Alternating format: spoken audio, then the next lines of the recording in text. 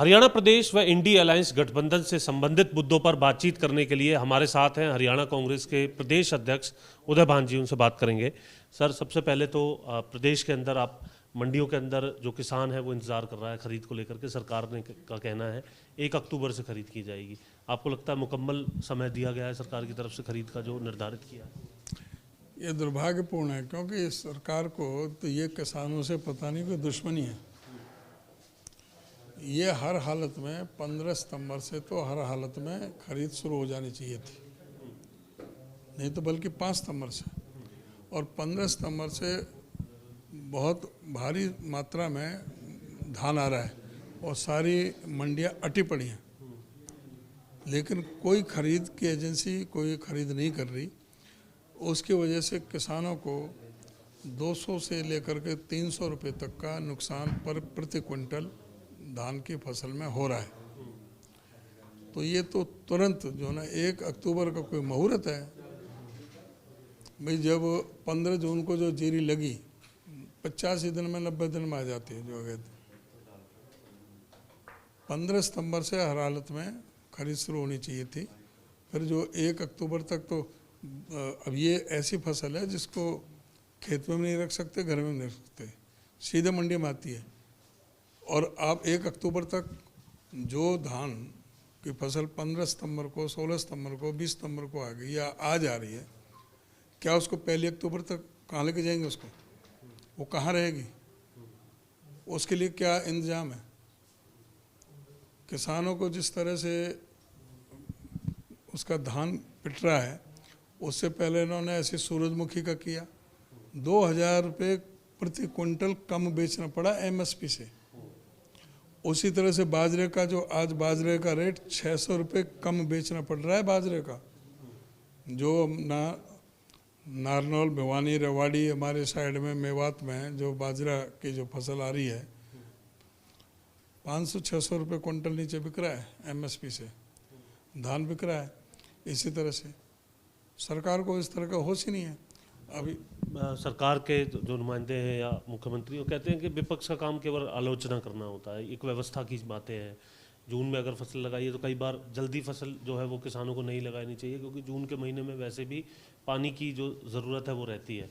तो ऐसी स्थिति में उनका ये कहना होता है विपक्ष केवल आलोचना करता है। मुख्यमंत्री जनसंवाद में जाते हैं तो लोगों से जनमत संग्रह करते हैं अपनी योजनाओं को लेकर के, अपने कार्यों को लेकर के, लेकिन विपक्ष की भाषा हमेशा यही रहती है। सरकार ये बताए कि धान आ रहा है कि नहीं आ रहा मंडी में। आप बहुत लीडिंग पत्रकार हैं, आपका जो चैनल है बहुत लीडिंग चैनल है, आप देख रहे हैं मंडियों में धान किस तरह से आ रहा है। तो इसमें विपक्ष का ये आरोप है कि या इनकी जो बिल्कुल जो इसमें है ये सफल नहीं हो रहे, इनकी नाकामयाबी है, ये समझ नहीं पा रहे कभी किसान का मर्म क्या है। भाई जब जरूरत 15 सितंबर से खरीदने की तो 1 अक्टूबर से क्यों खरीदेंगे? 15 दिन कहाँ रखेगा किसान? मंडियों में आज जगह नहीं है। ये विपक्ष कह रहा है कि जो आपके सामने दिखाई दे रहा है, आप किसी भी मंडी में चले जाओ, सब जगह ये हालत है। पत्र लिखा था केंद्र को इसके लिए, एजेंसी जो है जल्द खरीद करे, ये कहना है सरकार। ये पत्र पोर्टलों में लगी रहती है सरकार, इनको पता नहीं होना चाहिए। ऐसा ही हर बार ही ऐसा ही होता है, कभी टाइम पर कोई खरीद नहीं करते, और जब किसान अपनी फसल औने पौने दामों में बेच लेता है तब ये फॉर्मेलिटी पूरी करती है। ठीक है, तो अब राजनीति की बात कर लेते हैं सर। इंडी अलायंस को लेकर के या फिर कहें कि ताऊ देवीलाल की जयंती को लेकर के मल्लिकार्जुन खड़गे से कल इनेलो नेता अभय चौटाला मिले हैं, निमंत्रण दिया है। क्या कुछ फैसला हुआ, किसकी ड्यूटी लगी है, कौन जाएगा? नहीं, मैंने अखबार में पढ़ा कि कल वो मिले हैं खड़गे जी से और मैडम सोनिया जी से, वो मिल कर के आए हैं, उनको इनवाइट किया है। अब ये उन पर निर्भर करता है कि वो किसकी ड्यूटी लगाते हैं, आते हैं कि नहीं आते हैं। हमसे अगर पूछेंगे, हमसे बात करेंगे तो अब हमें बताएंगे उनको तो ज़मीनी जो हकीकत है क्या है, ज़मीनी जो सच्चाई है वो क्या है, इनेलो का क्या रोल रहा है अतीत में, चाहे राष्ट्रपति का चुनाव हो, चाहे उपराष्ट्रपति का चुनाव हो, चाहे राज्यसभा का चुनाव हो। हमेशा इन्होंने कांग्रेस के खिलाफ काम किया है, बीजेपी का हमेशा साथ दिया है। ये बीजेपी की ही बी टीम है। अब इनका अस्तित्व प्रदेश में से खत्म हो रहा है। ये चाहते हैं कि कोई सहारा आपको मिले। लगता है आप अगर सहारा दे देंगे तो अस्तित्व मिल जाएगा? और जो जाट लीडर हैं भूपेंद्र हुड्डा, दीपेंद्र हुड्डा, उनको एक और विकल्प जनता के सामने खड़ा हो जाएगा। ये चाहते तो यही है कि हमें कुछ सहारा मिल जाए, कुछ सीटें मिल जाए। लेकिन जो सीटें मिलेंगी, ये जब मौका मिलेगा तो ये बीजेपी के साथ खड़े हुए मिलेंगे, कांग्रेस के साथ खड़े हुए नहीं मिलेंगे। उनका तो ये भी कहना है। हमें ये सच्चाई रखनी है, बाकी फैसला तो कांग्रेस नेतृत्व को लेना है। और फिर ये एक पार्टी ने नहीं लेना, ये तो 28 दलों का गठबंधन है। उनकी जो कमेटी बनी हुई है उसने फैसला लेना है किस पार्टी को जोड़ना है, किसको नहीं जोड़ना है। आम आदमी पार्टी को जोड़ेंगे? आम आदमी पार्टी तो ऑलरेडी जुड़ी हुई है हरियाणा में। इंडिया गठबंधन में आम आदमी पहले ही ऑलरेडी जुड़ी हुई है। और कांग्रेस पार्टी ने भी ये कहा है कि भाई अगर कहीं पे दावा बनेगा तो कहीं पे कोई कुर्बानी भी देने की पड़ेगी तो हम देंगे। वो हरियाणा की बात नहीं है, कहीं भी किसी भी सीट पर किसी भी प्रदेश में। हुड्डा साहब तो कह रहे हैं हम 10 की 10 सीटों पर लड़ लेंगे। वही तो मैं कह रहा हूँ कि कांग्रेस पार्टी ने ये कहा, ये नहीं कहा कि हम हरियाणा में दे रहे हैं कि नहीं दे रहे। अभी तो कोई ऐसा फैसला नहीं है। हाँ, हुड्डा साहब का जो बयान है वो तो फैसला ही लग रहा है सर। मेरे को पूरा सुनोगे आप जब भी तो आगे की बात आएगी। कांग्रेस पार्टी 90 की 90 विधानसभा में, 10 के 10 लोकसभा में हमारे पास सशक्त उम्मीदवार हैं और हम सब सीटों को अब जीतने में सक्षम हैं। हम स्वयं में अपने आप टक्कर देने में सक्षम हैं। हमें इनके सहयोग की आवश्यकता नहीं है।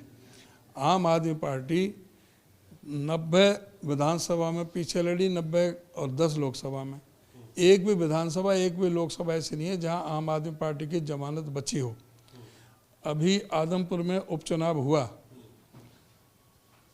अरविंद केजरीवाल का गृह जिला है हिसार, शिवानी के उनका जन्म स्थान, शिवानी के साथ ही लगता है आदमपुर। पूरा केजरीवाल, साथ में भगवंत मान जो साथ लगता पंजाब का मुख्यमंत्री, नए नवेले बने थे, आम आदमी पार्टी की सरकार बनी थी।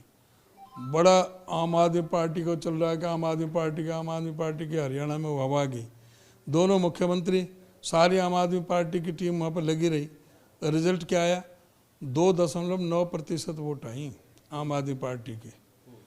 तो हरियाणा के लोगों ने तो वहाँ आदमपुर में ही ये संकेत दे दिया कि इनको पूरी तरह से रिजेक्ट कर दिया। यहाँ आम आदमी पार्टी का, इनेलो का कहीं कोई जनाधार नहीं है।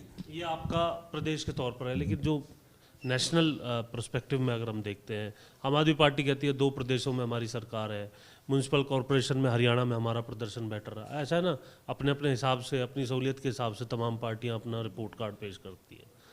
क्या रहेगा अगर केंद्र कहता है, हालांकि ये भी फैसले की बात है, क्या फैसला होगा फिर आपका अगर केंद्र की तरफ से कोई बात आती है या इंडी अलायंस की तरफ से कोई बात? नहीं, जब अलायंस का फैसला होगा तो वो तो सबका सरमाथ है, वो तो सर्वमान्य है। अगर कांग्रेस नेतृत्व इंडिया गठबंधन कोई निर्णय लेता है तो जो निर्णय लिया जाएगा उसको पालन किया जाएगा, उसको अक्षर से और ईमानदारी से पालन करेंगे उसको। वो अपना गठबंधन जो फैसला लेगा, लेकिन हम अपने पार्टी नेतृत्व को तो हम जमीनी सच्चाई बताएंगे ना, जो यहाँ पर हकीकत है। हाँ, हम अपने आप में सक्षम हैं। इसके अलावा अगर ड्यूटी लगाई जाती है ताऊ देवीलाल के कार्यक्रम में किसी नेता की, क्योंकि ये माना जा रहा है कि वो पारिवारिक तौर पर जयंती मना रहे हैं, इसको राजनीतिक तौर पर इंडी अलायंस का कोई निमंत्रण नहीं है, तो क्या आपका कहना होगा?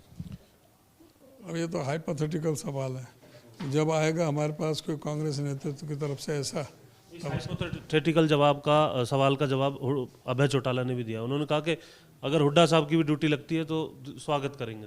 तो वो फिर कांग्रेस नेतृत्व अगर कोई वहाँ से किसी तरह का कोई आता है संकेत किसी को जाने के लिए तो जाएंगे। मामन खान को लेकर के सर जो गतिविधि चल रही है, गिरफ्तारी हुई है, आपके विधायक है, ये कहा जा रहा है कि कांग्रेस जो है ना विधानसभा में इस मुद्दे को उतने स्तर पे उठा पाई, ना अपने विधायक के समर्थन में पूरे तौर पर कांग्रेस खड़ी नजर आ रही है। पूरे ज़बरदस्त ढंग से विधानसभा में उठाया। कांग्रेस पूरी तरह से अपने विधायक के साथ है और हमें पूरा विश्वास है कि उसका कहीं भी कोई दोष नहीं है, उसको एक दुर्भावनापूर्वक उसको फंसाने का कुत्सित प्रयास सरकार के द्वारा किया जा रहा है, अपनी नाकामयाबियों को छिपाने के लिए, अपनी विफलताओं को छिपाने के लिए। ये उनको पर्याप्त सुरक्षा व्यवस्था दे नहीं पाई। इनके पास में एक हफ्ते पहले से वायरल हो रहे थे बिट्टू बजरंगी के और उसके मोनू मानेसर के, उधर कुछ मोहम्मदन लड़कों के जो वायरल हो रहे थे। वहाँ सीआईडी इंस्पेक्टर विश्वजीत ने रिपोर्ट अपने एसपी को भेजी थी। उन पर भी कार्रवाई की है पुलिस ने, तो उन पर मोनू मानेसर भी गिरफ्तार हुआ है, बिट्टू बजरंगी भी हुआ है, मामन खान को भी किया है। नहीं, बिट्टू बजरंगी मानेसर उनके तो आ रहे हैं। मामन खां का क्या दोष है? मामन खान है, उन्होंने फेसबुक पे लिखा था, उनका जो विधानसभा का वीडियो था वो वायरल हुआ था। माना जा रहा है कि वो कहीं ना कहीं आधार थे, वहाँ लोगों के अंदर गुस्सा बढ़ा नहीं। उन्होंने फरवरी 2023 में जब विधानसभा का सेशन बुलाया था, उस समय गर्म माहौल था मोनू मानेसर का, और उसको राजस्थान पुलिस गिरफ्तार करने आई थी। इन्होंने राजस्थान की पुलिस के खिलाफ ही मुकदमा दर्ज कर दिया, बजाय पुलिस एक प्रदेश की दूसरे प्रदेश की पुलिस को सहयोग करती है, उसको गिरफ्तारी नहीं होने दी और उसको कर लिया। भाई जब एक प्रदेश की में वांछित है उसको सहयोग करना चाहिए था, नहीं किया। अब जब मोनू मानेसर के जो भड़काऊ जो बयान आ रहे थे उसको लेकर के उसमें मामला गर्म था, उन्होंने वहाँ पर टिप्पणी की, हालांकि गलत थी, वो करना नहीं चाहिए था। जो विधानसभा में उन्होंने बोला, मैं उसके पक्ष में नहीं हूँ। जो उन्होंने शब्द इस्तेमाल किए कि भाई मैं उनका प्याज की तरह फोड़ दूंगा, ये कर दूंगा, वो गलत था। मैं उसके, लेकिन उसी समय स्पीकर ने उसको कार्रवाई से निकाल दिया। किसी भी बीजेपी नेता ने, किसी भी नागरिक ने उस समय मामन खां के खिलाफ कोई एप्लीकेशन नहीं दी, कहीं कोई एफआईआर दर्ज नहीं कराई, कोई कार्रवाई करने की कोई आगे कोई चर्चा नहीं चली। वो मामला तो ठप था। ये हिंसा हुई तो मैं आपको बता देता हूँ, विधानसभा का आपको पता ही है सर, आप खुद सदस्य रहे हैं। विधानसभा की जो कार्रवाई होती है उस पर कोई बाहर कोई कानूनी तौर पर कोई चीज़ें जो हैं वो प्रोसेस नहीं होती हैं। दूसरी तरफ आप कह रहे हैं डिलीट कर दिया, स्पीकर साहब ने हाल ही में जो सेशन गया है उसके बाद ये स्पष्ट किया कि वो डिलीट नहीं था, उन्हें लगा कि वो डिलीट होगा क्योंकि वो चेयर पे नहीं थे। एप्लीकेशन तो दे सकते थे, स्पीकर तो कार्रवाई कर सकता था, स्पीकर तो कार्रवाई कर सकता था। कोई भी कंफ्यूजन रही, उन्होंने बताया कोई कंफ्यूजन रहे कैसे? फिर जो सरकार में कंफ्यूजन, सारी सरकार जो बैठी है, कोई किसी के कान में कहा था क्या? वहाँ विधानसभा में कहा था, सबके समक्ष कहा था, सारे हाउस में कहा था, सबने सुना था, सरकार भी थी, बीजेपी के एमएलए भी थे। उनको कहना चाहिए था स्पीकर को कि भाई मामन खां के खिलाफ कार्रवाई करो, क्यों नहीं कहा? अब कार्रवाई हो तो रही है सर, वही आधार तो वो कोई आधार नहीं बनता। जो विधानसभा में कही हुई बात का बाहर कोई आधार नहीं बनता। अगर उस पर कार्रवाई होनी थी तो वहीं होनी थी। स्पीकर कोई कार्रवाई कर सकता था या स्पीकर लिख सकता था बाहर के लिए, तब हो सकती थी। वो तो जब ये घटना घटी नौ की, तब उसमें मामन पे थोपने के लिए इनके पास हिंदू मुस्लिम के अलावा तो कोई है नहीं, तब उस पर थोपने के लिए ये हुआ ये सारा। तो अब आगे क्या कदम उठाएगी कांग्रेस? तो अब आगे क्या कदम नहीं, हम ये कह रहे हैं इसकी जुडिशरी इंक्वायरी हो, जिससे दूध का दूध पानी का पानी हो। अगर मामन खान दोषी है तो सख्त से सख्त सजा दी जाए। ये बात आप मीडिया में कह रहे हैं, सरकार के समक्ष कैसे ले जाएंगे? हालांकि आपने ये बात की मांग जो है वो विधानसभा में भी की है, लेकिन उसके बाद जो है कांग्रेस इस मामले पर काफी, आप तमाम विधायक जो हैं अमूमन कई मुद्दों पर राज्यपाल के पास गए हैं, कई मुद्दों पर केंद्र तक गए हैं। ऐसी कोई एक्टिविटी अपने विधायक के समर्थन में आप? उसमें हो रही है, विधायक के समर्थन में कर रहे हैं। वहाँ हमारे विधायक मिलकर के आए हैं अभी सारी से मिलकर के आए? मामन खान से मिल रहे हैं सभी। अच्छा, वो तो उनको आप तसल्ली देने के लिए गए हैं ना। दूसरी तरफ सरकार स्तर पर नहीं, सरकार स्तर पर सरकारी स्तर पर क्या, अभी कार्रवाई चल रही है। अभी इसके बाद में जब हमारे पास आएंगे सारे सबूत, उसके बाद में बात करेंगे सारे। ठीक है।